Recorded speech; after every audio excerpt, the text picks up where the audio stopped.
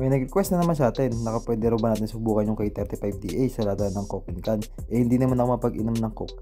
Kaya dito na natin susubukan sa lata ng Red Horse. Pwesto na nga natin yung lata para makapag-umpisa na. At syempre, 0.20 BBs yung gagamitin natin dyan kasi yun yung pinakamagandang BBs para sa spring type. Maglagay na nga tayo ng bala sa magazine niya. Sa pagkakataon na to, iniisip ko rin kung kaya bang butasin ng K35DA itong lata ng Red Horse na to. Kasi kahit na medyo manipis yung lata ng Red Horse, may pagkamatibay din.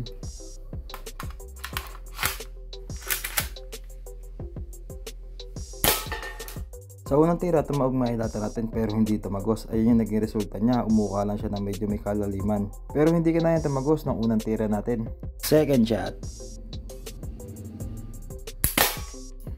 Pangalawang tira, tulad pa rin ng naunang tira, hindi pa rin tumagos. Pangatlong tira. Pangatlong tira, ayan pa rin yung resulta, hindi niya pa rin kinaya tumagos. Tinutupi niya lang talaga yung lata. Pangapat. Pangapat, ganun pa rin, hindi niya pa rin kaya talagang butasin. Panglima. Panganim. Umiikot lang. Pangpito.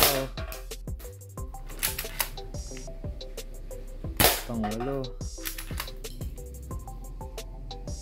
Pangsyam. Pangsampo. Panglabing isa. Taob. 11 na tira na tayo. Yun, after 11 rounds, hindi pa rin kinayang butasin ng K35DA itong lata ng Red Horse natin. Kahit na medyo manipis lang itong lata ng Red Horse, matibay pala ito. Kaya hindi basta-basta kinaya ng K35DA. Susunod naman yung studio natin yung susubukan natin dyan.